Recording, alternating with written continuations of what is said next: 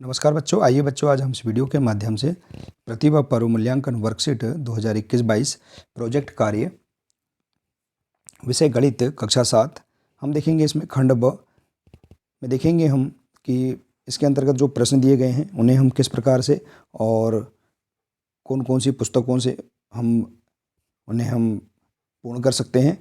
तो आइए देखते हैं। देखिए बच्चों, हमें खंड ब इसके अंतर्गत हम यहाँ पर अपने सामान्य सी जानकारी पहले अंकित कर देंगे। जैसे विद्यार्थी का नाम, विद्यार्थी अपना नाम लिख देंगे, अपने पिता का नाम, अपनी कक्षा और अपने शाला का नाम। ठीक है। इसके बाद हम देखेंगे, आइए यहाँ पर जो निर्देश दिए गए हैं प्रश्नों को पूर्ण करने के लिए, इन्हें समझ लेते हैं। देखिए, प्रोजेक्ट कार्य के जो प्रश्न हैं इन्हें आवश्यकता अनुसार बच्चे अपने माता पिता, भाई बहन, दादा दादी आदि से चर्चा करके प्रश्नों को पूछ सकते हैं, या फिर अपनी जो अन्य पाठ्य पुस्तकें हैं उनसे भी आप प्रश्नों को खोज कर पूर्ण कर सकते हैं। ठीक है। इसके बाद देखिए, दिया है प्रश्न, निम्नलिखित प्रश्नों को पढ़कर उत्तर लिखिए। पहला प्रश्न दिया है, आपके घर में समतल पृष्ठ वाली बहुत सी वस्तुएं उपलब्ध हैं, उनके नाम लिखकर उनकी लंबाई चौड़ाई मापकर परिमाप ज्ञात कीजिए।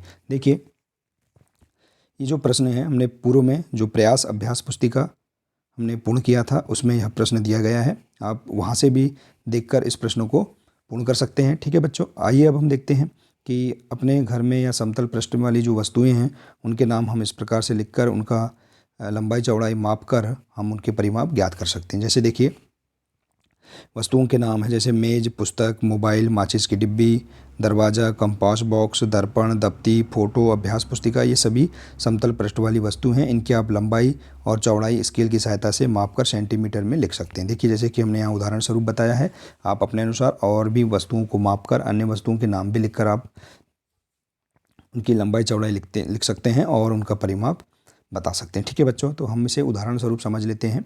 जैसे कि देखिए, मेज एक वस्तु है, इसकी लंबाई है सेंटीमीटर में 90 सेंटीमीटर और चौड़ाई है 30 सेंटीमीटर। अब हम इसका परिमाप ज्ञात करेंगे। देखिए, चूंकि मेज जो है आयताकार वस्तु है तो आयत का परिमाप का सूत्र होता है 2 लंबाई धन चौड़ाई। ठीक है। तो अब हम देखिए, इसमें लंबाई रख देंगे 90 सेंटीमीटर और चौड़ाई है 30 सेंटीमीटर। तो अब हम देखिए दोनों को जोड़ देंगे, 90 और 30 कितना होगा 120।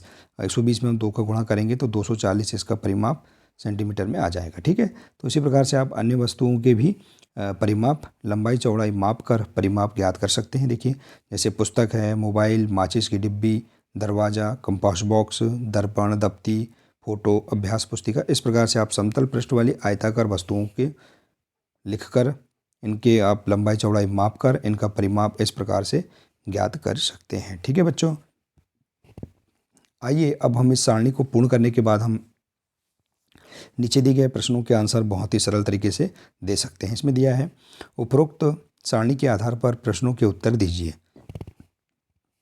देखिए, यहाँ सारणी दी गई है, इसके हम आधार पर प्रश्नों के आंसर आसानी से दे सकते हैं। आयताकार वस्तु का परिमाप ज्ञात करने का सूत्र क्या है? तो देखिए, आयताकार वस्तु जो होती है उसका परिमाप ज्ञात करने का सूत्र है, आयत का परिमाप बराबर होता है 2 लंबाई धन चौड़ाई। ठीक है। इसके बाद है, किस वस्तु का परिमाप सबसे अधिक है? देखिए, आप यहाँ पर जो वस्तुएं आपने ली है इनमें देखेंगे किस वस्तु का परिमाप सबसे अधिक है। जैसे कि यहाँ दरवाज़ा, इसका परिमाप सबसे अधिक है, तो आप यहाँ लिख देंगे जो भी वस्तु है उसका जिसका परिमाप सबसे अधिक है उसका आप यहाँ नाम लिख देंगे। ठीक है। इसके बाद है, किस वस्तु का परिमाप सबसे कम है? तो आपने जो वस्तु ली है उसमें देखेंगे कौन सी वस्तु का परिमाप सबसे कम है। जैसे कि यहाँ पर हमने माचिस की डिब्बी ली है जिसका परिमाप 16 सेंटीमीटर सबसे कम है, तो हम यहाँ पर इसका नाम लिख देंगे। ठीक है बच्चों। इसके बाद दिया है, सबसे अधिक व सबसे कम परिमाप वाली वस्तु के परिमाप में कितना अंतर है? तो सबसे अधिक परिमाप किसका है? देखिए, उसके आप परिमाप लिख देंगे 400 सेंटीमीटर। सबसे कम परिमाप कितना है? 16 सेंटीमीटर। तो इनके बीच अंतर हम किस प्रकार से ज्ञात करेंगे? 400 में से हम 16 को घटा देंगे तो हमारे पास अंतर क्या प्राप्त होगा? 384 सेंटीमीटर। ठीक है बच्चों, आइए इसी प्रकार से देखते हैं अगला प्रश्न। सभी वस्तुओं को उनके परिमाप के नाम के मान के अनुसार अवरोही क्रम में लिखिए। देखिए, हमने जो वस्तु ली है यहाँ सारणी में, देखिए यहाँ पर देखेंगे कि इनके परिमाप के जो मान है सबसे अधिक पहले वस्तु लिखेंगे। जैसे अवरोही क्रम अर्थात होता है पहले बड़ी फिर इसके बाद छोटी, अर्थात घटता क्रम। तो देखिए, जिसका परिमाप सबसे अधिक है उसको पहले लिखेंगे, इसके बाद उससे छोटा, फिर उससे छोटा, फिर छोटा। तो इस प्रकार से हम यहाँ पर वस्तुओं के परिमाप के आधार पर उनको अवरोही क्रम में लिख सकते हैं। ठीक है, उनके नाम।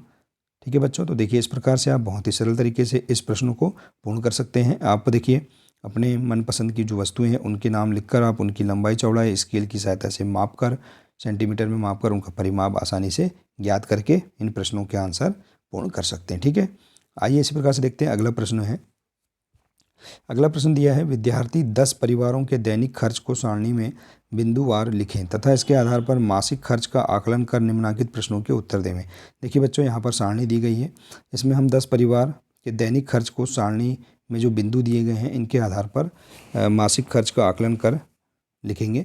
जैसे कि देखिए यहाँ दिया परिवार क्रमांक, परिवार 1 2 3 4 10 तक परिवारों के क्रमांक दिए हैं। अब दिया है बिंदु, राशन पर आने वाला दैनिक खर्च, दूध पर आने वाला दैनिक खर्च रुपये में, सब्जी पर आने वाला खर्च, अन्य खर्च, कुल दैनिक खर्च और कुल मासिक खर्च। देखिए एक दिन का खर्च यहाँ दिया है, इसके बाद कुल मासिक खर्च दिया है। ठीक है, तो देखिए अब हम देखेंगे यहाँ पर दिया है, जैसे कि एक परिवार का हम समझ लेते हैं। पहले परिवार का राशन पर आने वाला दैनिक खर्च है 100 रुपये, दूध पर आने वाला दैनिक खर्च है 20 रुपये, सब्जी पर आने वाला खर्च है 50 रुपये और अन्य खर्च है 50 रुपये। ऐसा कुल खर्च क्या हो गया, दैनिक 220 रुपये हो गया। ठीक है, और अब कुल मासिक खर्च कितना हो जाएगा, 220। एक माह में देखिए 30 दिवस, तो एक दिन में 220 रुपये खर्च, तो 30 दिन में कितना हो जाएगा, 220 गुणा 30 बराबर 6,600 रुपये एक माह में खर्च होंगे। ठीक है, तो इस प्रकार से अब एक परिवार के आधार पर अन्य परिवारों के भी आप मासिक खर्च और कुल दैनिक खर्च निकाल सकते हैं। ठीक है, अब आइए इस प्रकार से सारणी को पूर्ण करने के बाद हम नीचे दिए गए प्रश्नों के आंसर आसानी से दे सकते हैं। देखिए यहाँ दिया है, परिवार क्रमांक 2 द्वारा राशन पर आने वाला 2 माह का खर्च रुपये में लिखिए। देखिए परिवार क्रमांक 2 कहाँ है, ये है। देखिए इस पर राशन पर आने वाला खर्च प्रतिदिन का कितना है, 90 रुपये है। तो देखिए प्रतिदिन का 90 रुपये है, तो अब हम 2 माह का निकालेंगे। एक माह में 30 दिन, तो 2 माह में देखिए, तो हम एक माह का निकाल लेंगे पहले। तो एक दिन का 90 रुपये है, तो 30 दिन का 2700 रुपये, और 2700 में हम 2 माह का करेंगे तो 2 का गुणा कर देंगे, तो 2700 दूनी 5400 रुपये।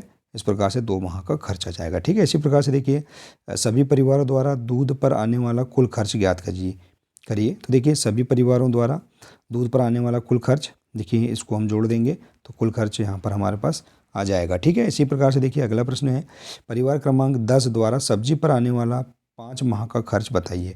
देखिए परिवार क्रमांक 10 ये है, इस पर देखेंगे सब्जी पर आने वाला खर्च, देखिए प्रतिदिन का खर्च है 50 रुपये, तो एक माह का खर्च कितना हो जाएगा, 50 में हम 30 का गुणा कर देंगे तो 1500 रुपये। ठीक है, और तो 5 माह का खर्च कितना होगा, 1500 गुणा 5 अर्थात 7500 रुपये। ठीक है, इसी प्रकार से देखिए अगला है, परिवार क्रमांक 3 द्वारा किस मद पर सबसे अधिक मासिक खर्च होता है।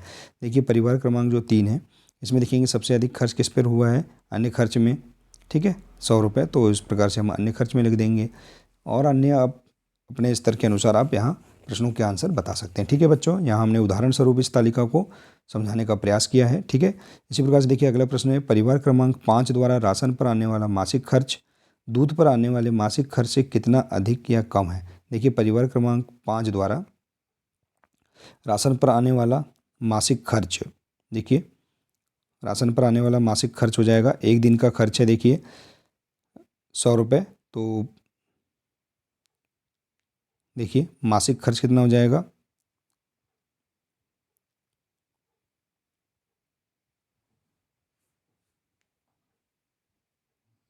देखिए इसका मासिक खर्च है यहाँ पर 3000 रुपये। ठीक है, इसी प्रकार से देखिए दूध पर आने वाला जो खर्च है मासिक खर्च 900 रुपये, तो हम इसमें से मासिक खर्च में से हम देखिए राशन पर आने वाला जो खर्च है और दूध पर जो खर्च है इसमें हम देखेंगे घटा देंगे, तो हमारे पास देखेंगे राशन पर आने वाला जो मासिक खर्च का जो अंतर है 2100 रुपये आएगा। तो इस प्रकार से हम यहाँ पर इन प्रश्नों के आंसर आसानी से पूर्ण कर सकते हैं। देखिए बच्चों, जैसे हमें इस तालिका को अपने अन्य बड़े भाई बहन या अन्य दोस्त की मदद से आप इस तालिका को भर सकते हैं और इस प्रकार से इसे पूर्ण कर सकते हैं। ठीक है बच्चों, देखिए बहुत ही सरल तरीके से हम इन प्रोजेक्ट कार्यों के प्रश्नों को पूर्ण कर सकते हैं। ठीक है, तो बच्चों आशा है कि आपको इसके अंतर्गत सभी प्रश्न किस प्रकार से हल करना है यह समझ में आ गया होगा। बच्चों, यदि आप इसी प्रकार से आगे के और अन्य विषय के वीडियो प्राप्त करना चाहते हैं तो आप इस चैनल को सब्सक्राइब कर लें, बेल आइकन को प्रेस कर लें, ताकि आने वाले सभी वीडियो आप तक पहुंचते रहेंगे। तो बच्चों, आज के लिए सिर्फ इतना ही है। मिलते हैं नेक्स्ट वीडियो में। नमस्कार।